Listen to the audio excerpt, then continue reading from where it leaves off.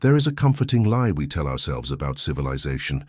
We believe that if we follow the rules, if we keep the schedules tight and the machinery moving, we are safe. We believe that order is a shield against chaos. But history knows better. History knows that sometimes the machine itself is the monster. On a freezing grey morning in 1917, the busiest harbour in the world was waking up. It was a place of supreme confidence, a grand engine of war and commerce that believed it was too important to fail. But quietly, invisibly, two ships were drifting toward a single point on a map. One was a mission of mercy. The other was the deadliest weapon on Earth, disguised as a rusted tramp steamer. What happened when they met was not just a tragedy, it was an erasure. A devastation so absolute, so scientifically cruel, that it became the yardstick by which we would later measure the atomic bomb. Tonight, we are not just looking at a date in a textbook. We are going to peel back the layers of a century-old silence. We will walk the frozen streets of a city that vanished in a heartbeat, stand in the courtroom where the dead were put on trial, and uncover the terrifying cost of keeping the world moving at any price. I'm glad you are here for this long journey. So, turn down the lights, settle into your chair. The water is calm, the sun is rising, and the clock is ticking toward 9:04. History rarely announces its arrival with a shout. Usually it begins in silence. It begins with the mundane, the routine, the rhythmic predictability of a world that believes tomorrow will look exactly like today. If you were standing on the frozen slopes of Citadel Hill in Halifax, Nova Scotia, on the morning of December 6, 1917, you would have seen a world defined by this routine. It is a Thursday. The sun has not yet risen, but the sky to the east is beginning to bruise with a cold, iron-grey light. The air is sharp enough to sting the lungs. There is snow on the ground, old and hard-packed, dusted over with a fresh, thin layer that muffles the sound of boots on cobblestones. Below, the city is waking up. Chimneys are coughing their first clouds of coal smoke into the still air. In the north end, roughly constructed wooden houses are beginning to stir. Women in heavy wool skirts are lighting stoves. Men in rough-spun trousers are drinking dark tea, preparing for the shift at the foundry, or the rail yard, or the docks. Children are wiping sleep from their eyes, dreading the walk to school in the biting wind. It is a morning identical to 1,000 mornings before it, and that in itself is the tragedy. Because the danger that is approaching Halifax does not look like a monster. It does not look like an invasion fleet. It looks like commerce. It looks like industry. It looks like the war that has become the background noise of the entire planet for 3 long, bleeding years. To understand why the sky is about to tear open, we must look at the water. Halifax Harbour is a masterpiece of geography. It is deep, ice-free and vast, a natural shelter on the edge of the violent North Atlantic. In 1917, it is not merely a harbour. It is the lungs of the Allied war effort. It is the funnel through which the lifeblood of the British Empire flows. Look out at the water now through the haze of dawn. It is crowded. It is a parking lot of steel and rust. Dozens of merchant ships lie at anchor in the Bedford Basin, the inner sanctum of the harbour. They are grey, sullen beasts, sitting low in the water, heavy with wheat, with timber, with horses, with ammunition. They are waiting for the convoy commanders to blow the whistle, to herd them together for the terrifying crossing to Europe, where German U-boats wait in the deep like wolves. The harbour never sleeps. Even at this hour you can hear the clanking of chains, the groan of winches, the sharp whistle of tugboats. It is a symphony of logistics. It is the sound of a machine that cannot be turned off. This city has been transformed by the Great War. Before 1914, Halifax was a quiet provincial capital, a place of polite society and maritime tradition. Now it is a boomtown. It is a garrison. The population has swollen. The streets are teeming with soldiers in khaki, sailors in navy blue, labourers from across the continent looking for a wage. Every room is rented. Every warehouse is full. The urgency of the war has stripped the city of its caution. Speed is the only currency that matters. The soldiers in the trenches of France need shells. They need bread. They need rifles, and they need them now. This desperation has created a unique kind of blindness. It has created a system where the unthinkable is tolerated because the alternative, slowing down, is considered treason. In this atmosphere of frantic efficiency, the harbour has become a place of calculated risk. Ships that would normally be inspected for days are cleared in hours. Cargoes that should never be moored next to a city are brought right to the doorstep of 25,000 people. We have convinced ourselves that because nothing has gone wrong yet, nothing ever will. We have mistaken luck for competence. But luck is a finite resource, and on this freezing Thursday morning the ledger is about to be balanced. Out past the submarine nets, past the open ocean searchlights, a ship is approaching the harbour entrance. She is the SS Mont-Blanc. She is not a majestic vessel. She is a tramp steamer, built in England, owned by the French, scarred by years of hard labour. She is painted a dull, lifeless grey to hide her from the eyes of periscopes. She looks like any other tired freighter returning from New York, battered by the winter seas. But the Mont-Blanc is a lie. She is not carrying wheat. She is not carrying timber. She is a floating bomb. Her holds are packed with a cargo so volatile, so dense with destruction, that her captain, Aimé Lemedec, has slept little in the past week. Let us catalogue what is beneath her decks, resting just a few feet from the steel hull plates. She carries 2,300 tons of wet and dry picric acid. Picric acid is a high explosive used in artillery shells. It is unstable, sensitive, and notoriously difficult to handle. Even in peacetime, moving this amount would be an operation of extreme delicacy. Alongside the picric acid, she carries 200 tons of TNT, trinitrotoluene, the standard measure of destruction for the 20th century. Buried in the mix is gun cotton, a nitrocellulose explosive that burns with a ferocity that water can barely touch. And then there is the fuel. Because the explosives were not enough, the brokers in New York filled the deck space with barrels of benzol. Benzol is a high-octane fuel, a precursor to gasoline. It is volatile. It turns to vapor at the slightest provocation. The Mont-Blanc is, pound for pound, the most dangerous ship in the world. She is more powerful than any weapon currently deployed on the battlefields of Flanders. She is a tactical nuclear weapon in the era of steam. And she is entering a harbour surrounded by wooden houses, schools and churches. There is a protocol for a ship like this, a red flag. The International Code of Signals requires a ship carrying dangerous explosives to fly a red flag from its mast, specifically the Bravo flag. It is a warning. It screams to every other vessel, "Keep away, I am death." But the Mont-Blanc is not flying the red flag. The logic of war has inverted the logic of safety. Captain Lemedec knows that if he flies the red flag in the open ocean, he is painting a target on his back for the German submarines. He would be the prize kill of the month. So he has travelled up the coast in anonymity, disguised as a harmless merchant ship. Now, as he approaches the pilot station at the harbour mouth, he faces a choice. Raise the flag and warn the harbour, or keep it lowered to avoid panic and sabotage. The orders are murky. The Admiralty is obsessed with secrecy. If everyone knows the explosives are here, spies know. Saboteurs know. So the flag stays down.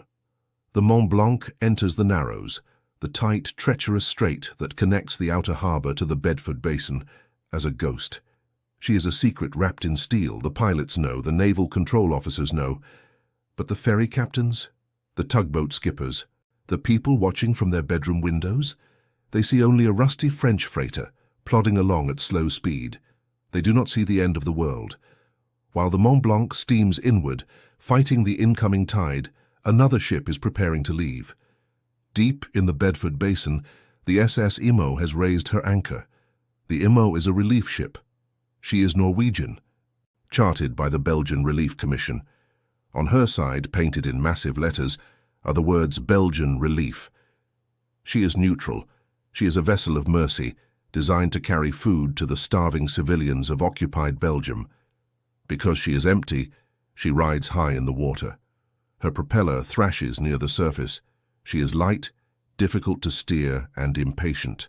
The Imo has been trapped in Halifax for days, delayed by coal shortages and bureaucratic paperwork. Her captain, Håkon From, is frustrated. He is behind schedule. The ocean is waiting. He wants to clear the harbour before the submarine nets close for the night. He is angry, and anger in a crowded harbour is a dangerous thing. The Imo begins her journey outward, heading toward the Narrows from the north. The Mont-Blanc is heading toward the Narrows from the south. Between them lies a channel of water that is deceptively tricky. The Narrows is exactly what its name suggests. It is a corset, squeezing the massive harbour down to a strip of water barely 500 yards wide. On the Halifax side, there are the piers, the rail yards, the bustling industrial waterfront. On the Dartmouth side, there are quiet coves and the station of the Royal Canadian Navy. Navigating the Narrows requires precision. It requires adherence to the rules of the road. In 1917, these rules are simple, inherited from the days of sail. You keep to the right. You pass port to port, left side to left side, just like cars on a road in North America or Europe. But these rules are written in pencil. They are subject to the whim of the pilot, the drift of the current, and the arrogance of command. There are no traffic lights on the water. There are no lane markers painted on the waves. There is only judgment. As the Imo accelerates, she encounters traffic. A small tramp steamer enters the channel ahead of her. A tugboat towing a long string of barges cuts across her path. To avoid them, the Imo swings wide. She moves out of her lane, crossing into the center of the channel, then further into the wrong side, the water reserved for incoming ships. It is a minor infraction, a moment of convenience. The pilot on the Imo assumes the other ships will get out of his way.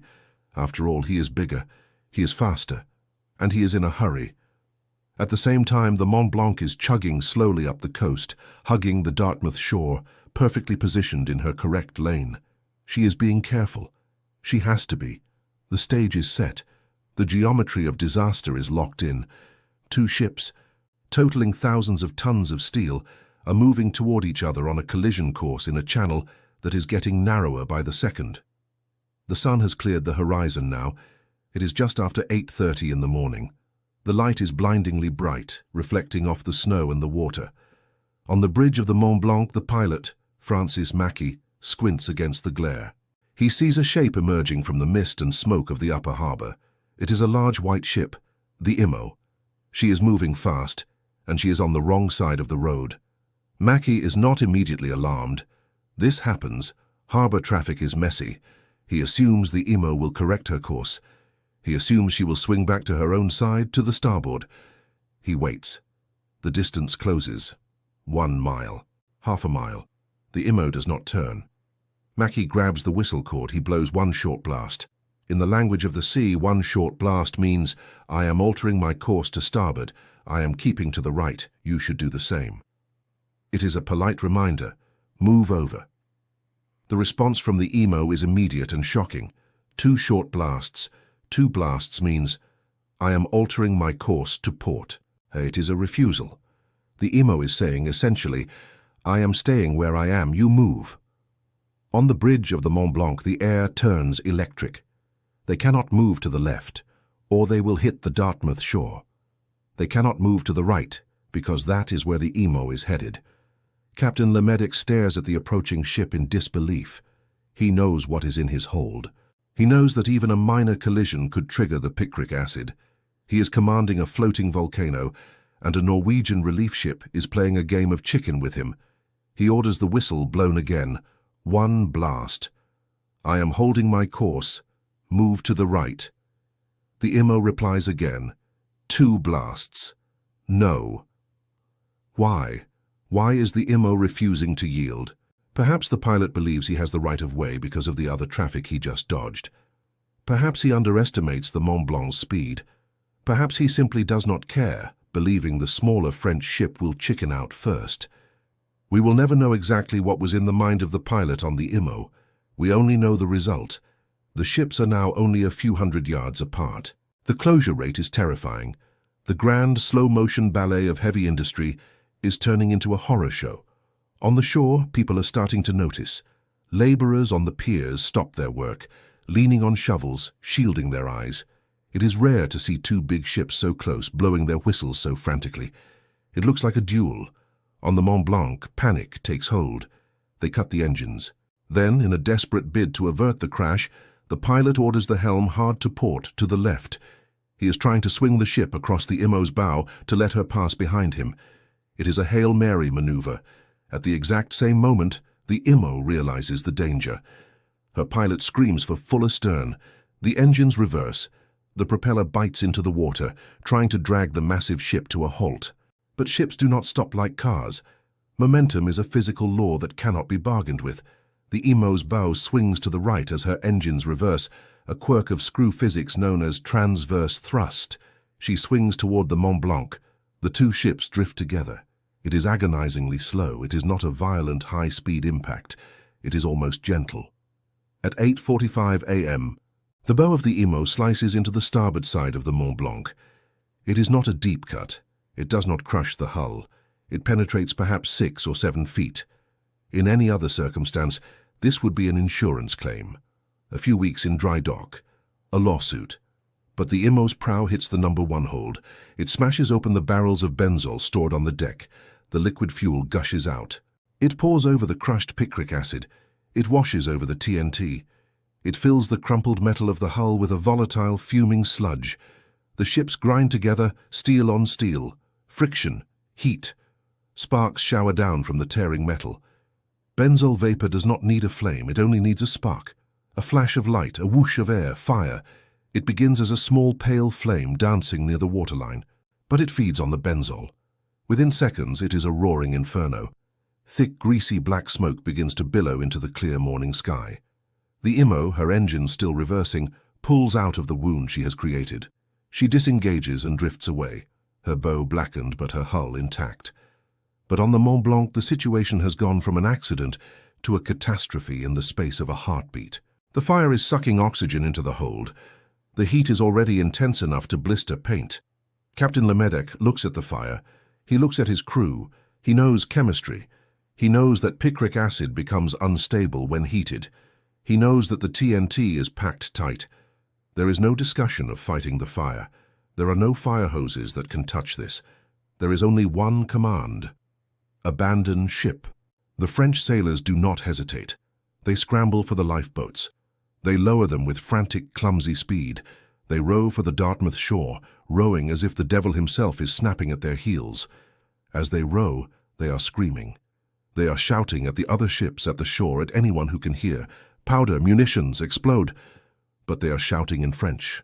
To the people on the shore, to the crews of the other boats. These are just frantic foreigners waving their arms. No one understands them.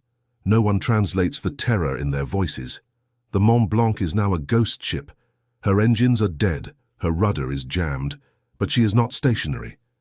The incoming tide catches her. The current of the Narrows grips her hull. She begins to drift. She turns slowly, majestically, like a Viking funeral ship, drifting toward the Halifax waterfront. She is heading straight for Pier 6. Pier 6 is the heart of the Richmond district. It is surrounded by the rail yards, the sugar refinery, the textile mills. It is surrounded by wooden homes where families are eating breakfast. The fire on the deck grows. It is spectacular. The benzol burns with a fierce orange intensity. The barrels detonate one by one, sending plumes of fire hundreds of feet into the air. It looks like a fireworks display gone wrong. And this is the trap. Human curiosity is a powerful instinct. In 1917, entertainment is rare. A burning ship in the harbor is an event. It is a spectacle. In the houses on the hill, mothers call their children to the window. Look, they say, look at the colors. In the factories, men leave their machines and crowd the doorways. On the streetcars, the drivers stop so the passengers can get a better view. The fire station creates a clamor. The horse-drawn fire wagon, the Patricia, thunders down the cobblestones. The firefighters clinging to the sides, heroic and eager to battle the blaze. They have no idea what they are driving toward. The harbor is alive with activity. Tugboats puff toward the burning ship, intending to spray water on her, or perhaps tow her away from the pier.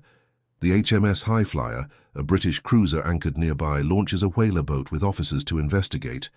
They are moths flying into a furnace. The Mont-Blanc drifts closer. She brushes against the pier. The wood of the dock begins to smoke. The heat is now radiant, felt on the faces of the people watching from hundreds of yards away. The smoke is a towering column, visible for miles. It is a beacon. It draws more eyes. More faces pressed against the glass. More crowds gathering on the shoreline. It is 9:00 a.m. The ship has been burning for 15 minutes. Inside the hull, the temperature is rising past the critical point. The picric acid is beginning to change state. The molecules are vibrating, breaking down, preparing to release the energy stored within their chemical bonds. The steel walls of the ship are glowing cherry red. The water around the hull is boiling. The French sailors have reached the woods on the Dartmouth shore. They are running through the snow, throwing themselves flat behind trees, covering their ears.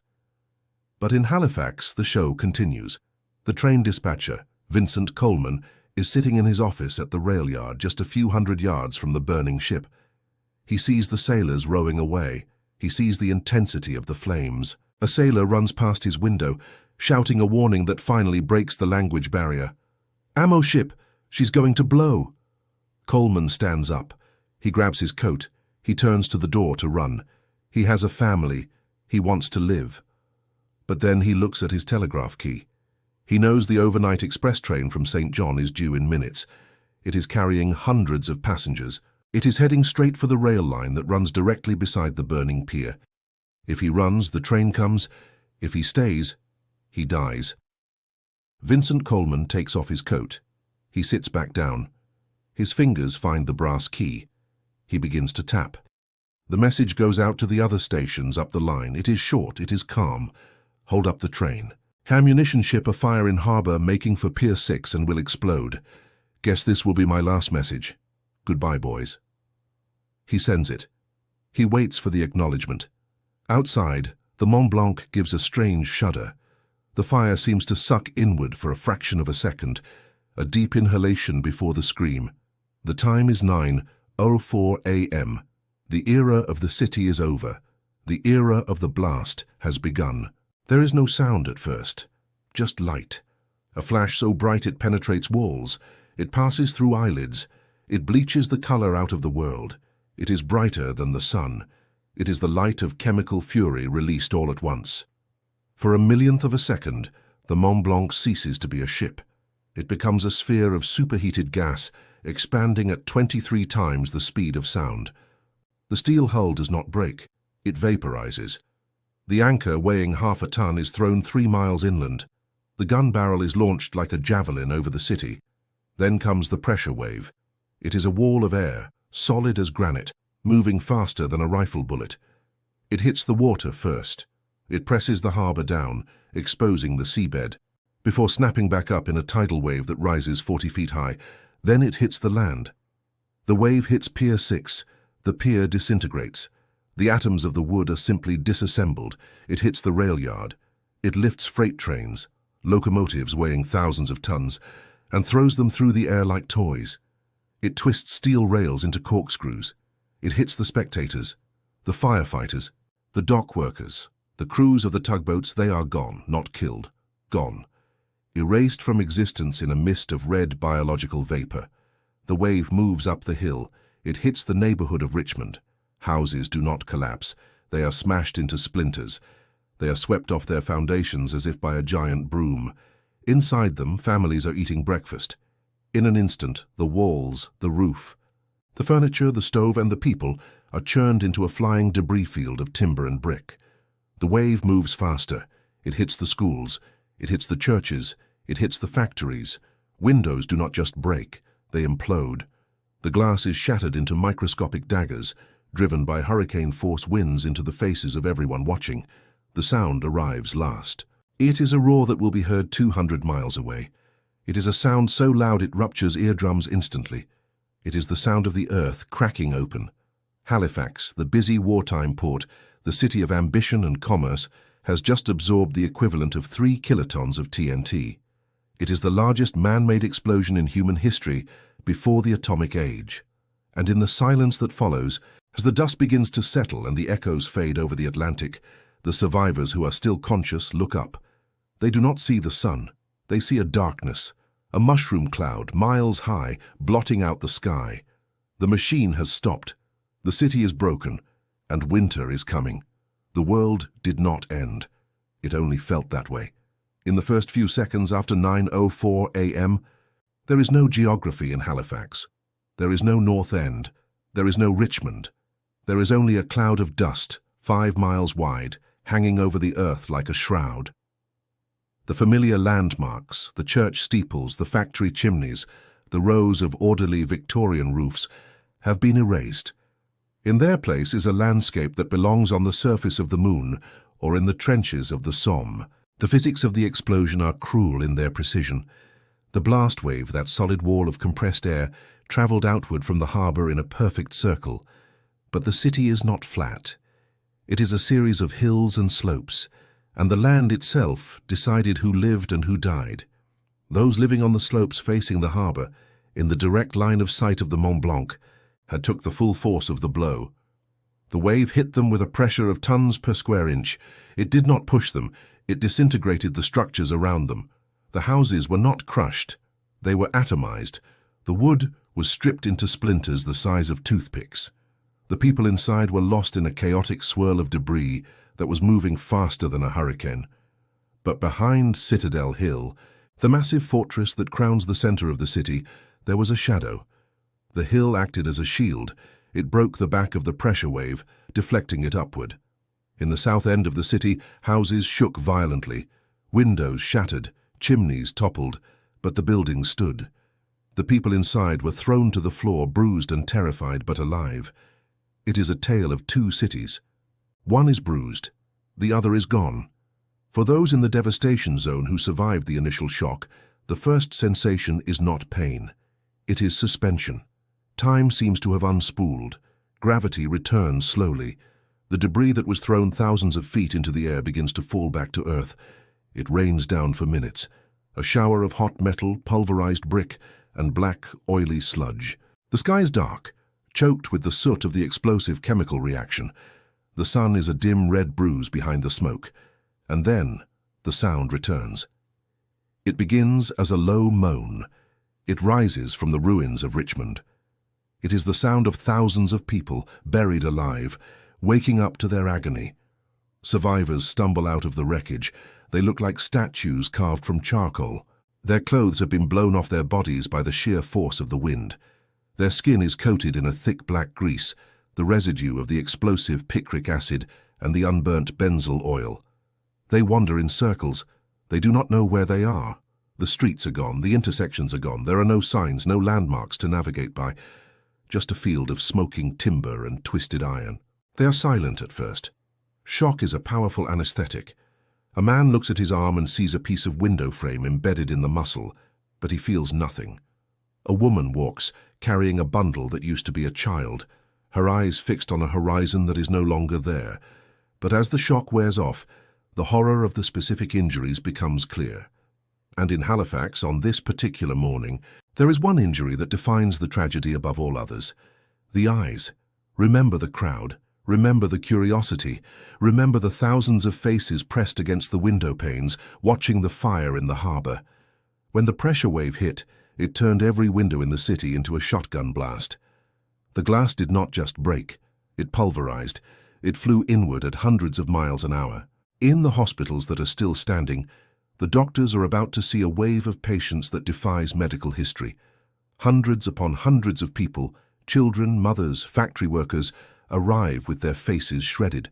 The glass has sliced into eyelids. It has penetrated the globes of the eyes. It is a mass blinding. An entire generation of the city has lost its sight in a single heartbeat. The floors of the makeshift clinics become slick with blood. The screams are not just of pain, but of a terrifying sudden darkness. They woke up to a sunrise, and by 9:05, they were living in eternal night. But the danger has not passed. The machine of destruction has secondary gears. The explosion occurred in the water. The displacement of the ocean was massive. The harbour bottom was momentarily exposed to the air, a wet, muddy gash in the earth. Now the Atlantic Ocean is rushing back in to fill the void. A tsunami, small but violent, forms in the Narrows. It is a dirty wave, foaming with wreckage and bodies. It surges up the shoreline. It reaches 18 meters high in places. On the Dartmouth side, directly across from the blast, lay the small Micmac settlement of Turtle Grove. Generations of indigenous families lived there on the water's edge. They had felt the blast. Their homes were flattened. Now, before they can even draw a breath, the water comes. The wave sweeps over Turtle Grove. It takes the wreckage of the houses, it takes the fishing boats, and it takes the people. Whole families are washed into the freezing harbour. pulled down by the undertow, entangled in the underwater forest of twisted steel that was once the Mont-Blanc. The settlement is erased.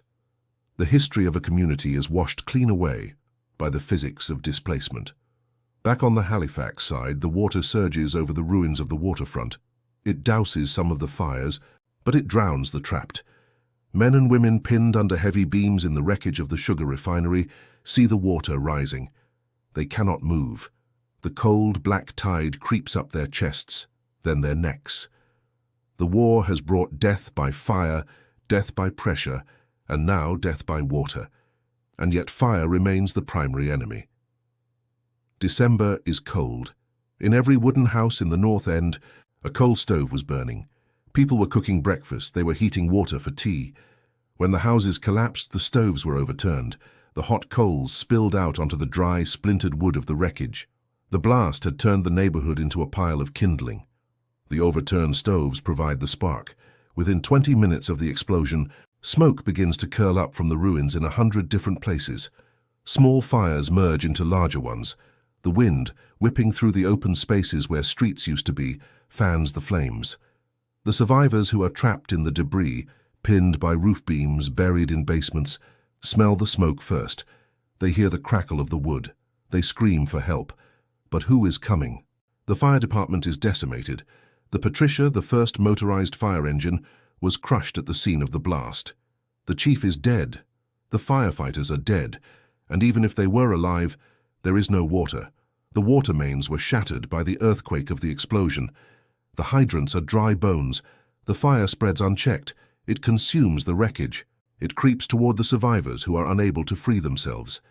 It is a slow, agonizing death. The rescuers, soldiers, sailors, civilians digging with their bare hands, work frantically. They can hear the voices beneath the timber. They tear at the wood until their fingers bleed. But the heat drives them back. They have to make the impossible choice. To stay and burn with the stranger they are trying to save, or to retreat and let the fire take them. Many retreat. They walk away with the screams echoing in their ears, a sound that will haunt their sleep for the rest of their lives. By noon, the North End is not just a ruin. It is a funeral pyre. The scale of the catastrophe is too large for the human mind to process. It is a panoramic horror. But to understand it, we must look at the small, sharp details. The chaotic intimacy of the loss. In a school on the edge of the blast zone, the windows blew in on a classroom of children. They are huddled under desks, bleeding. The teacher, glass in her hair, tries to sing a song to keep them calm. In a destroyed factory, a man is found sitting in a chair, untouched, holding a sandwich. He is dead, killed instantly by the concussion, his lungs ruptured without a mark on his skin. On the street, a soldier wanders, holding a detached hand. He is asking people if they have seen the owner. He is in shock, his mind trying to solve a puzzle that has no solution. The city's infrastructure has been decapitated. The telegraph lines are down. The telephone exchange is silent. The operators were in the blast zone. Halifax is cut off from the world. For hours, the rest of Canada knows only that the lines to the east have gone dead. Rumours begin to swirl in Truro, in Moncton, in Montreal. The Germans have shelled the city. The German fleet is attacking. It was a Zeppelin raid. Inside the city, the confusion is absolute. The surviving military command tries to establish order, but their garrison is in ruins. The hospitals are overwhelmed. The Victoria General Hospital is flooded with casualties. They lay them in the hallways, in the waiting rooms, on the stairs. There are no beds, there is no morphine, there is only the endless procession of the broken. Surgeons operate on kitchen tables. They operate without anesthesia. They sew up wounds by the light of kerosene lanterns because the power grid is gone. They work until their hands cramp, until they are covered in blood up to their elbows. They make triage decisions in split seconds. This one will die. Move on. This one can be saved. Lift him up. It is a conveyor belt of misery. And looming over all of this, over the fires, the screams, the surgeries, is the shadow of the war. The paranoia of 1917 does not vanish in the blast. It amplifies. As the dazed survivors gather in the parks and open spaces, a whisper runs through the crowd. It starts as a murmur and becomes a shout. It was a bomb. It was a German bomb. People look at the sky expecting to see aircraft. They look at the harbor, expecting to see the grey hull of a German battleship. The anger rises through the grief. They want someone to blame. They cannot accept that this was an accident. Accidents are messy and stupid. Enemies are logical. An enemy gives you a target for your rage. Soldiers fix bayonets and patrol the streets. They are looking for saboteurs. They arrest German immigrants. They arrest the helmsman of the IMO, who survived the blast. They are looking for the villain in the story, desperate to impose a narrative of good and evil onto a narrative of pure chaos. But the real enemy is not German. The real enemy is the sky. As the afternoon wears on, the light begins to fail. The smoke from the fires mixes with the clouds. The temperature begins to drop. The wind shifts. It swings around from the north, coming down from the Arctic, sweeping across the frozen expanse of the Canadian Shield. It is December 6th. Winter in Nova Scotia is not a gentle thing. The survivors are exposed. Their homes are gone. Their windows are broken.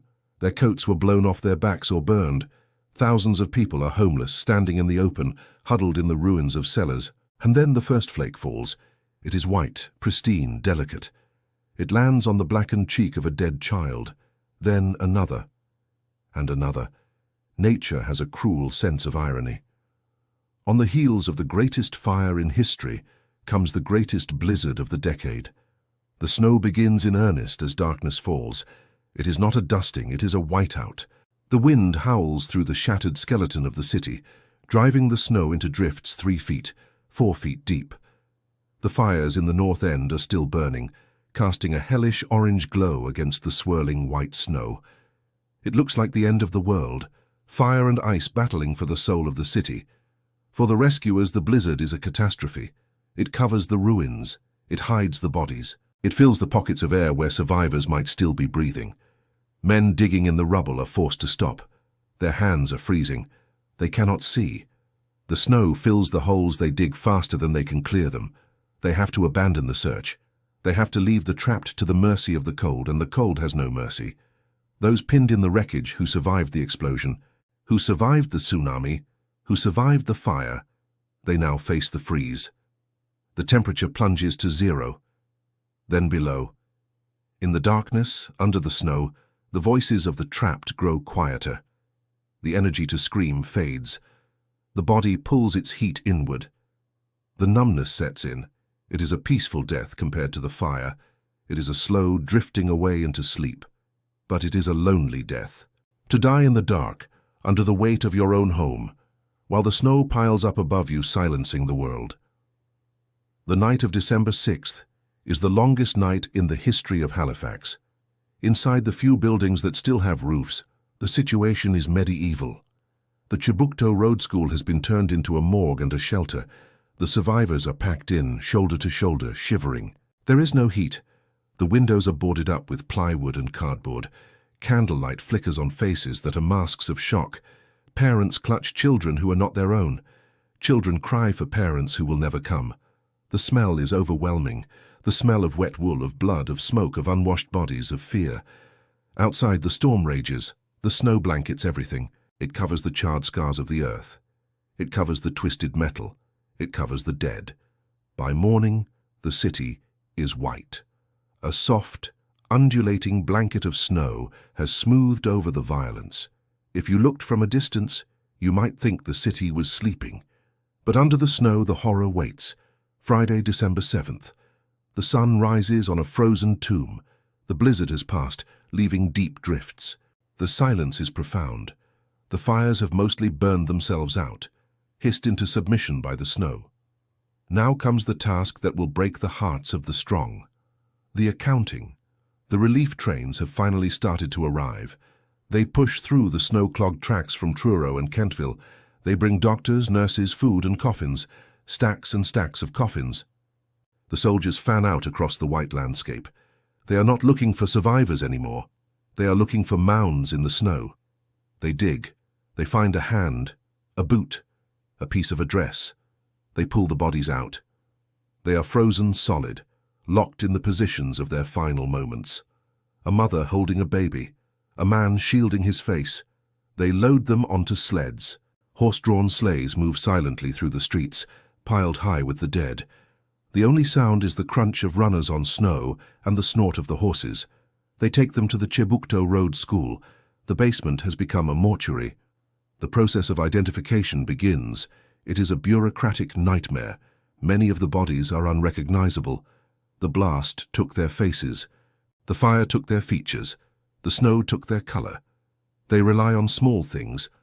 A wedding ring with an inscription, a pocket watch, a distinctive scar, a laundry tag on a collar. Families line up outside the school. They stand in the freezing cold, waiting for their turn to walk through the rows of the dead. It is a grim parade. A father walks down the line, lifting the sheet from face after face. He is looking for his daughter. He looks at 100 faces. He does not find her. He goes back to the end of the line to start again. He will do this for 3 days. The official count begins to tick upward. 1,000, 1,500, 1,900. But the numbers are a lie. The explosion was so violent that some people simply ceased to exist. They were near the epicenter. They were vaporized. There is no body to find. There is no ring to identify. They are just gone. Entire families have vanished. The cascading records of the city, the census, the tax rolls, the school lists, are incomplete or destroyed. Who remembers the family that just moved in last week? Who lists the boarder who was staying in the spare room? The clerks at the city hall try to compile a list of the missing, but the list of the missing is identical to the list of the dead, minus the bodies they have found. The math does not work. There are shadows on the walls of the city where people used to be. The morgue runs out of coffins. They start using crates. They start stacking bodies like cordwood in the unheated wings of the school. And amidst the dead, the living are struggling to understand what they are supposed to do next. The social fabric of the city has been shredded. The rich and the poor are suddenly equal in their destitution. The banker in the South End has no windows and no heat. The laborer in the North End has no home and no family. They meet in the bread lines. They meet in the relief shelters. The hierarchy of 1917, the rigid class structure of the Edwardian era, has been smashed by the blast. For a moment, there are no officers and no enlisted men. There are only survivors. But the machine of the state is resilient. It begins to reboot. Telegrams are flying to Ottawa, to London, to Washington. The scope of the disaster is becoming clear to the outside world. Halifax wrecked, the headlines scream in New York. Thousands dead. Money begins to flow. Trains are loaded with glass, with timber, with blankets. The state of Massachusetts sends a train filled with surgeons and nurses, fighting through the blizzard to reach the stricken city. It is an act of generosity that Halifax will never forget. But charity cannot fix the immediate problem. The problem of the eyes. The sheer number of eye injuries overwhelms the capacity of the Canadian medical system. Specialists are summoned from Montreal and Boston. They set up assembly lines for enucleation, the removal of the eye. It is a gruesome necessity. The eyes are too damaged to save. To prevent infection, to save the brain, the eye must go. One by one, the citizens of Halifax sit in the chairs. They are sedated. The surgeon does his work. They wake up with a bandage and a darkness that will never lift. The city is filling up with people tapping canes. The Halifax blind becomes a demographic, a generation marked by the white cane and the dark glasses. They are the living monuments to the moment the window panes imploded. And as the shock wears off, the grief turns into something else, something harder, rage. Why did this happen? It wasn't a German bomb. The rumors have been debunked. The divers have found the wreckage of the Mont-Blanc. They have found the fragments of the Imo. It was 2 ships, 2 Allied ships. It was a mistake. The realization hits the city harder than the blizzard. 2,000 people are dead. 9,000 are injured. A neighborhood is erased because of a misunderstanding, because of a traffic accident. It is unacceptable. The mind rejects it. There must be a villain. There must be negligence. There must be a hanging. The murmurs in the relief lines change. They stop talking about the Germans. They start talking about the pilots. They start talking about the captains. Who let that ship in? Who knew it was loaded with explosives? Why didn't they warn us? The grief is being distilled into a poison. The city demands a reckoning. The courts are preparing to open. The inquiry is being formed. The dead are buried in mass graves because the ground is too frozen to dig individual plots. The snow falls on the fresh earth, but the questions are not buried. They are rising like the smoke that still curls from the blackened piers. The crisis is not over. The physical collapse has ended, but the moral collapse is just beginning. The city has survived the fire and the ice. Now, it must survive the truth. When the snow finally melts in the spring of 1918, it reveals a landscape that looks less like a city and more like a graveyard that has been overturned. The white blanket dissolves into black mud, exposing the shattered skeletons of houses, the twisted iron of the rail yards, and the personal debris of 2,000 lives, broken teacups, melted dolls, singed photographs. But as the physical wreckage is cleared away, a new kind of excavation begins. This one does not take place in the mud of the North End. It takes place in a warm, dry room in the Halifax County Courthouse.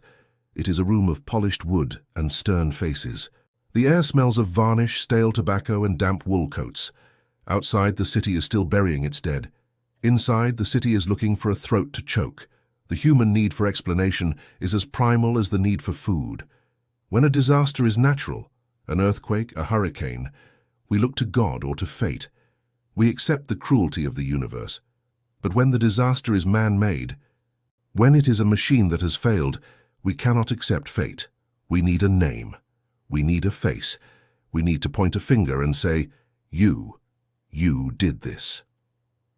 On December 13, 1917, just 1 week after the blast, the Wreck Commissioner's inquiry begins. It is the first act in a legal drama that will drag on for years, a theatre of blame performed before an audience of the bereaved. Presiding over the inquiry is Justice Arthur Drysdale. He is a local man, a fixture of the Nova Scotia establishment. He is stern, impatient, and deeply, personally angry. He looks at the destruction of his city, and he does not see a complex interaction of physics and logistics. He sees a crime. The cast of characters summoned to the stand is a study in contrasts.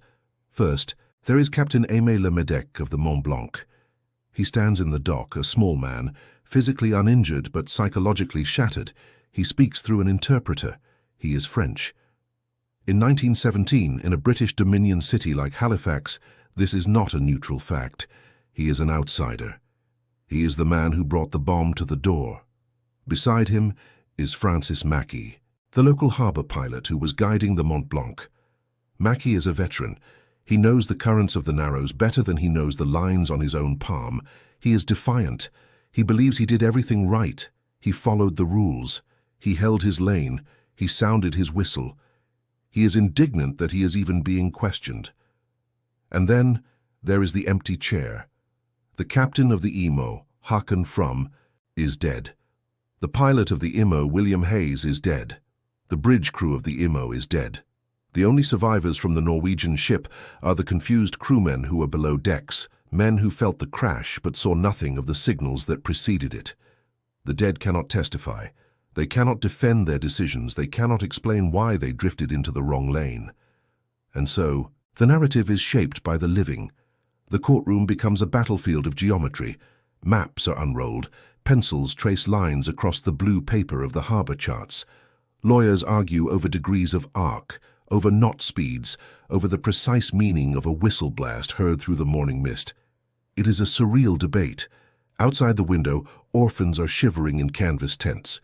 Inside, grown men are arguing about whether a ship was 3 degrees to port or 4 degrees to starboard. The central question is simple. Why did the Imo keep coming? Mackey swears, he signaled. 1 short blast, he says. I am keeping to the right. He swears, the Imo replied. 2 short blasts, he says. I'm going to the left. If Mackey is telling the truth, the Imo is guilty of a suicidal violation of the rules of the road. But the lawyers for the Imo's owners paint a different picture. They suggest the Mont-Blanc was moving too fast. They suggest the French ship was in the wrong place.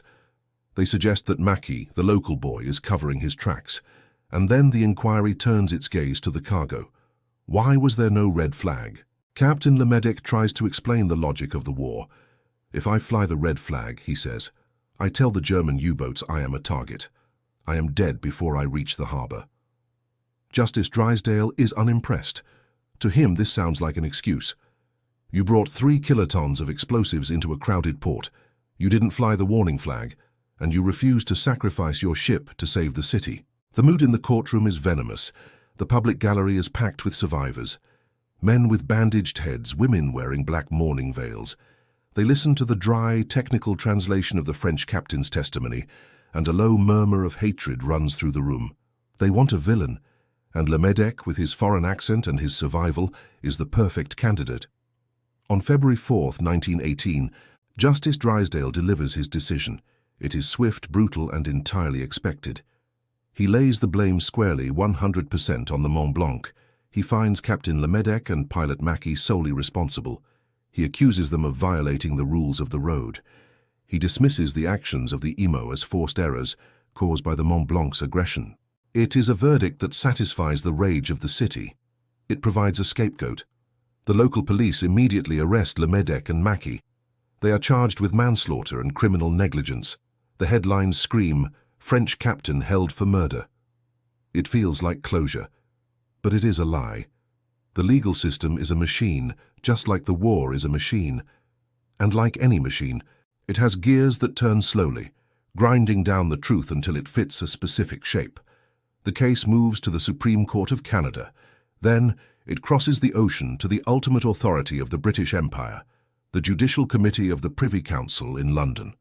5 law lords, sitting in a quiet room in Westminster, thousands of miles from the scarred hills of Halifax, review the evidence. They are not emotional. They do not care about the anger of the crowd. They care about maritime law. They look at the geometry. They look at the signals. They look at the fact that the IMO was, undeniably, on the wrong side of the channel. In 1920, 3 years after the explosion, the final verdict is handed down. Both ships are to blame. It is a split decision. They rule that the IMO started the chain of events by being in the wrong lane, but the Mont-Blanc failed to take evasive action early enough. They divide the liability equally. 50-50. It is a judicial shrug. The manslaughter charges against the captain and the pilot are dropped. There is no evidence to support them. They walk free. For the survivors in Halifax, this final verdict is a hollow insult. Both to blame means no one is really to blame. It means it was just a mess, a collision of errors. There is no one to hang. There is no one to pay. The insurance companies settle their debts. The shipping lines write off the losses.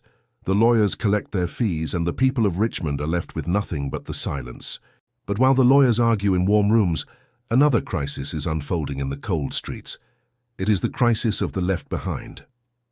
The explosion created a demographic anomaly in Halifax. It killed parents at a rate that far exceeded the death of children. Fathers were at work on the docks or in the factories, the zones of total annihilation.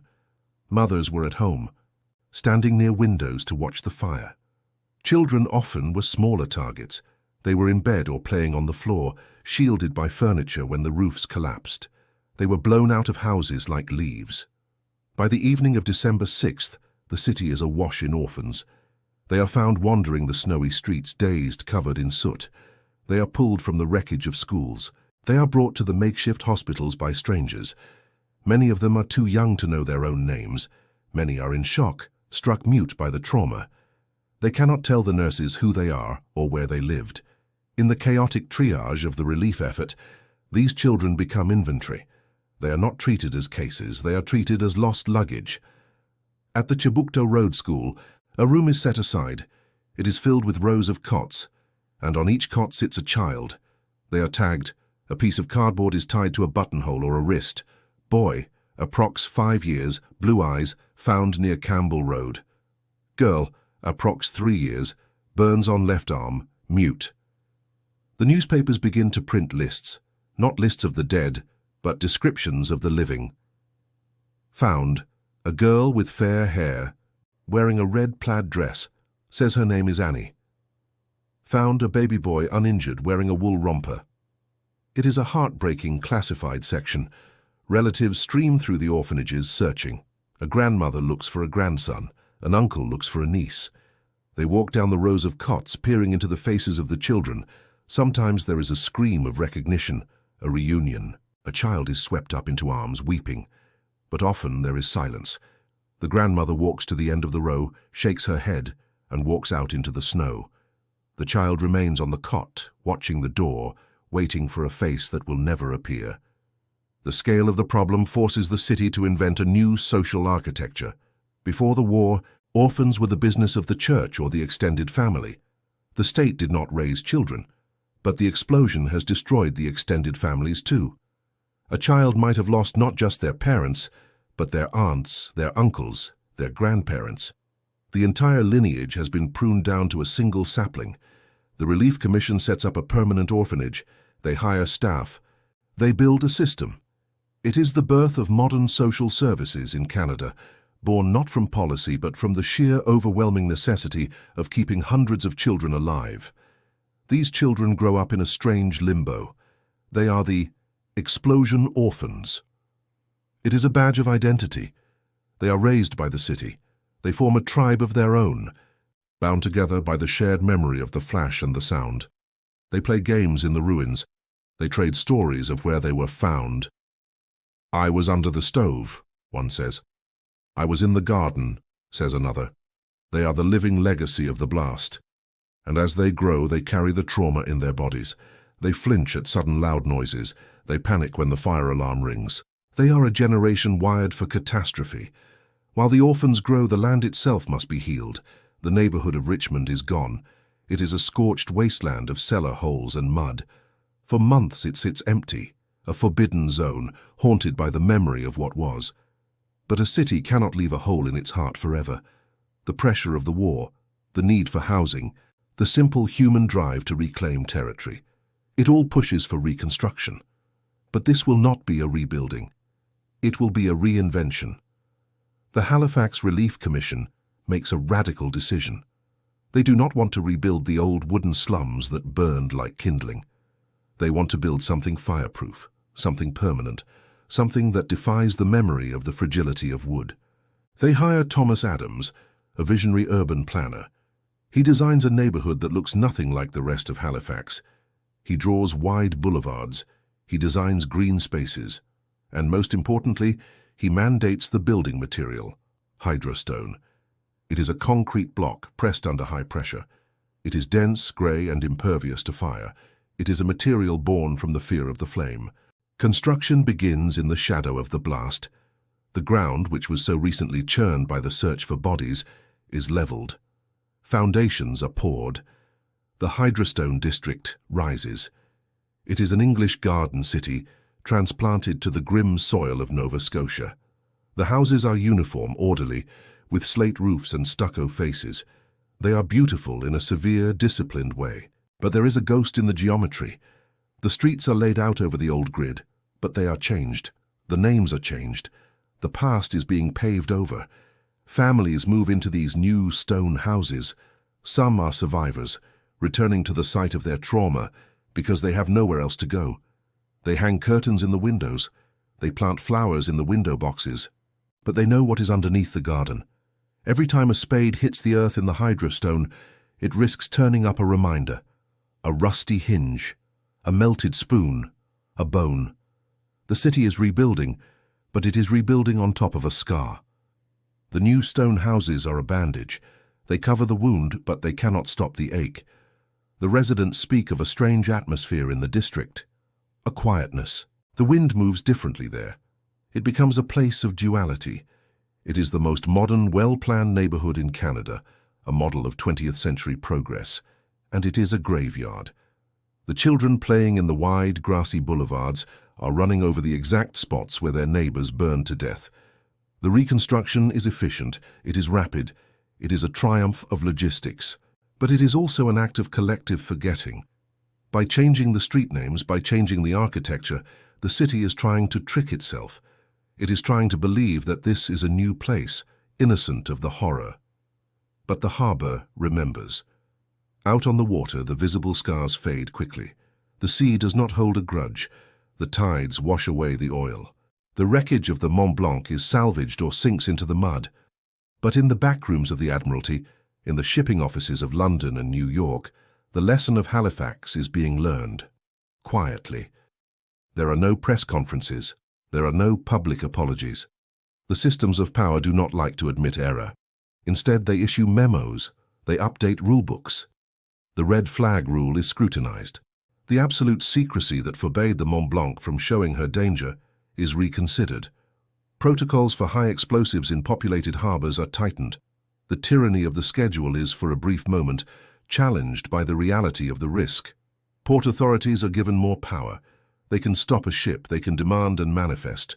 The laissez-faire chaos of the wartime port is replaced by a grid of control.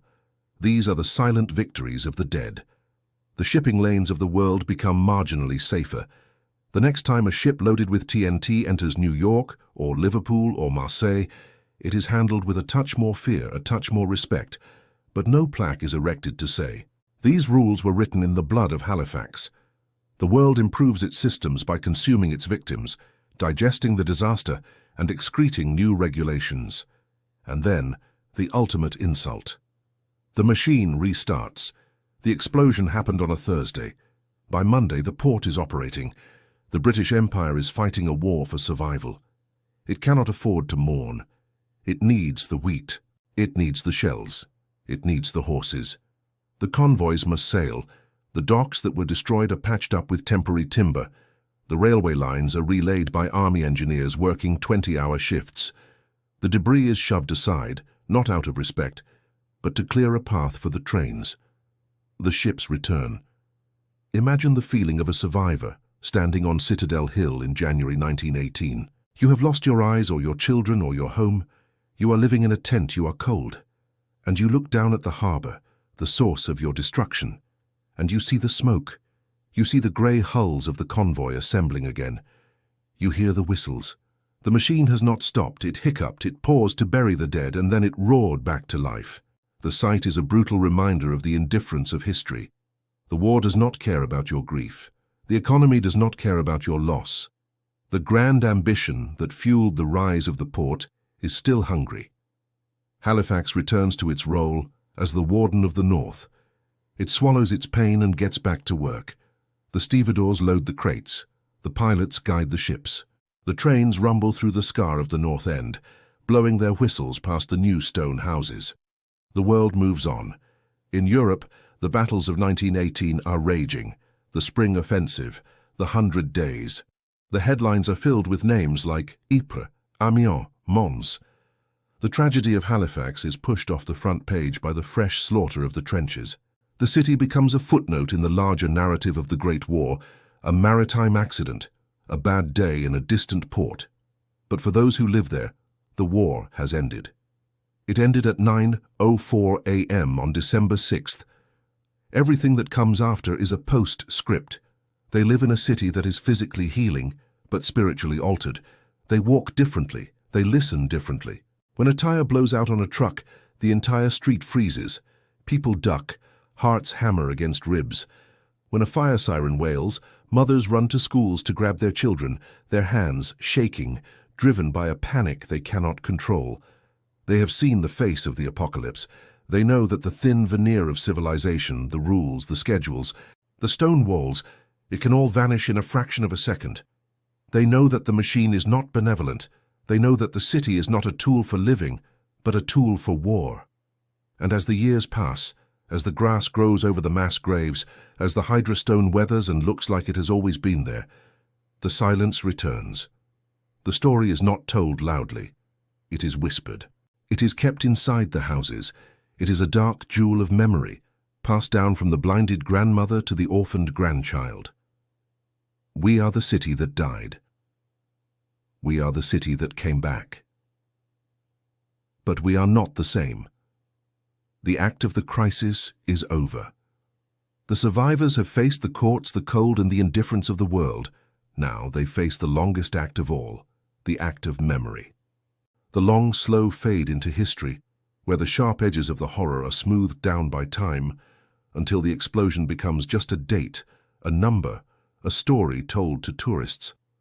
But beneath the streets, the scar remains. If you walk through the north end of Halifax today, you are walking through a deception. It is a beautiful place. There are coffee shops with expensive machines hissing steam. There are boutiques selling artisanal goods. The Hydrostone district, with its rows of stone houses and wide grassy boulevards, has become one of the most desirable addresses in the city. The trees that were planted as saplings in 1918 are now ancient, arching over the streets like the vault of a cathedral. It feels settled, it feels permanent, it feels safe. But if you have a map of the city from 1916 and you lay it over a map of the city from today, you will see the scar. The streets do not line up perfectly. There are angles that feel wrong. There are empty spaces where the density of the city suddenly thins out, like a breath held too long. The city is a palimpsest. The modern text is written over the erased text of the past, but the erasure was violent, and the ink of the old story still bleeds through. Gardeners in the North End know this better than anyone. Every spring, when they turn the soil to plant tulips or tomatoes, the earth offers up a tithe, a piece of twisted brass, a shard of porcelain with a pattern that hasn't been sold in a century, a rusted bolt the size of a human forearm. These are not just trash. They are shrapnel. They are the fragments of the Mont-Blanc still working their way to the surface, pushed up by the frost heave of 100 winters. The ship was vaporized, but it was not destroyed. It was distributed. It became part of the geology of the neighborhood.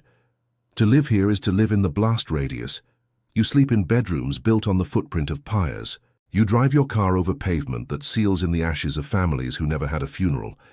The city has moved on because cities must move on. Concrete is poured. Leases are signed. Life asserts its terrifying resilience. But the memory of the explosion does not live in the buildings.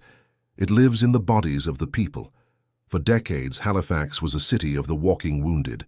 You would see them on the streetcars in the 1950s, in the grocery stores in the 1970s. The elderly woman with the pitted, blue-scarred skin, the Halifax tattoo, caused by coal dust and unburnt powder blasted into the dermis at supersonic speeds. The old man who turned his head to hear you because one ear was deafened by the roar. And the blind. The Halifax School for the Blind became a world unto itself. A distinct society created by the window panes of December 6th. They grew old together. They sat in rooms and talked about the last thing they ever saw.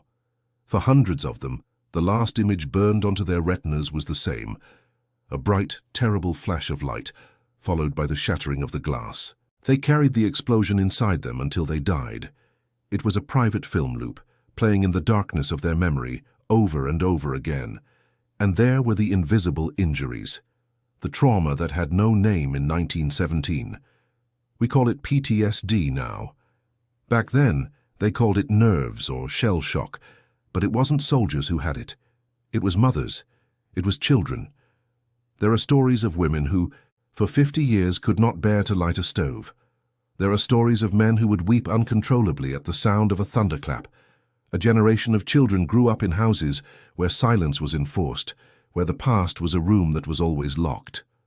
Trauma, we have learned, is genetic. It passes down.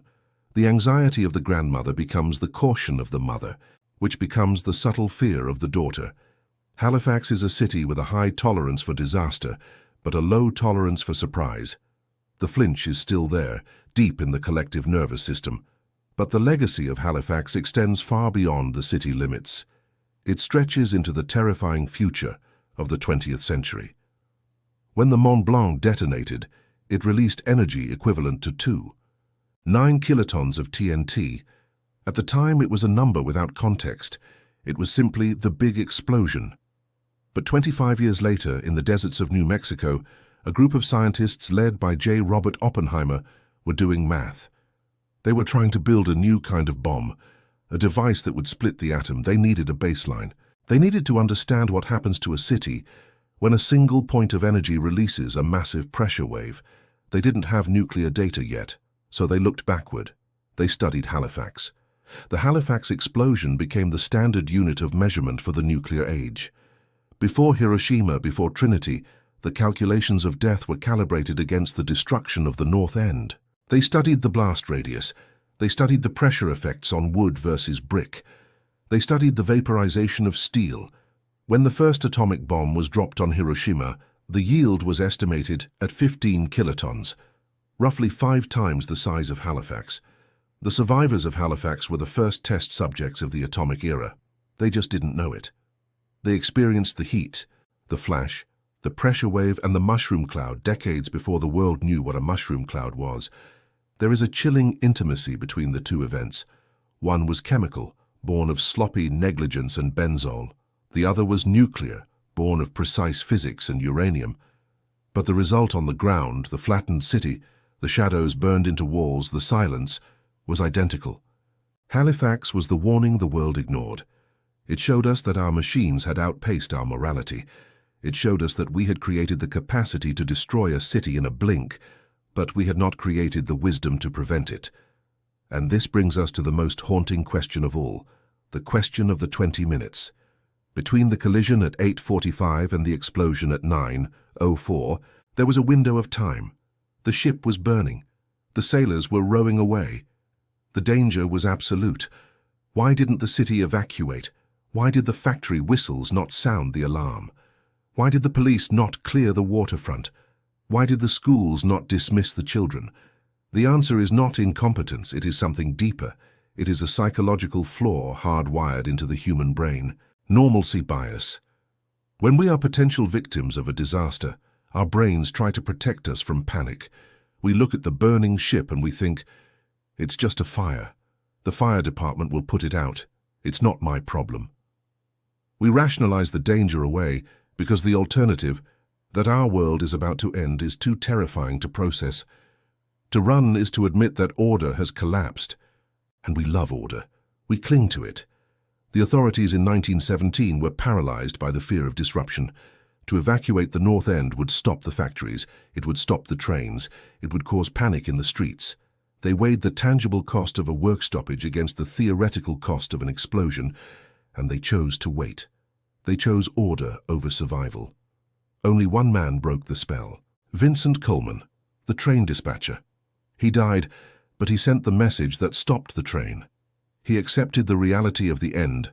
He is the hero, not just because he saved the passengers on the express from St. John, but because he was the only one who looked at the machine and said, "Stop." It is a lesson we have still not learned. Look at the history of the last 100 years. Chernobyl, Bhopal, the Challenger disaster, the Deepwater Horizon. In every single case there were warning signs, there were memos, there were engineers waving red flags, and in every single case the system kept moving. The launch proceeded, the pressure was increased, the safety test was skipped. Why? Because the machine must keep moving.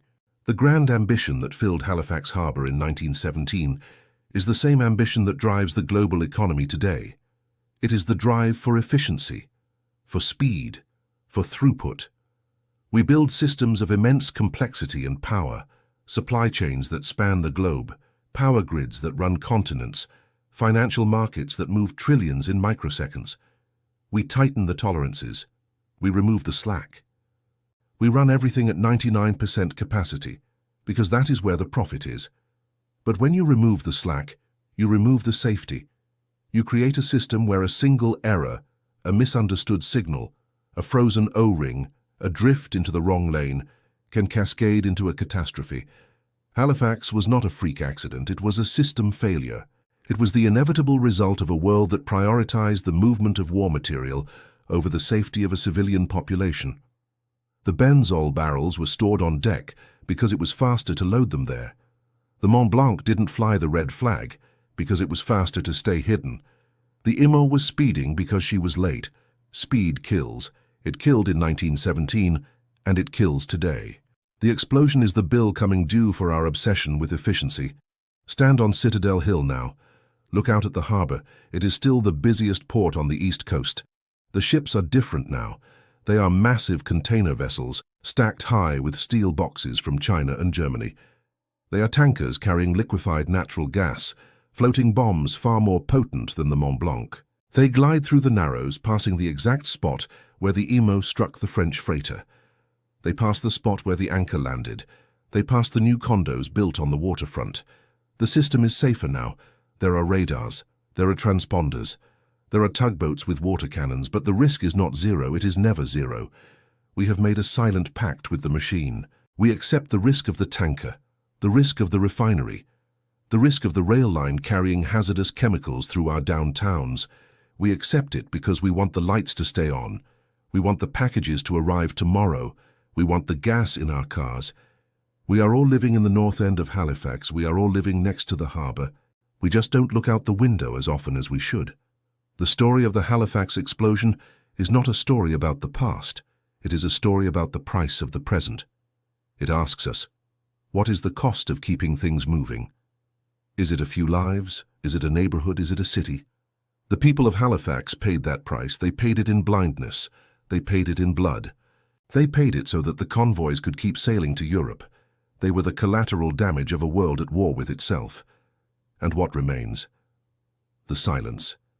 If you go to the bell tower in Fort Needham Park, built on the high ground overlooking the blast zone, you can hear the bells chime.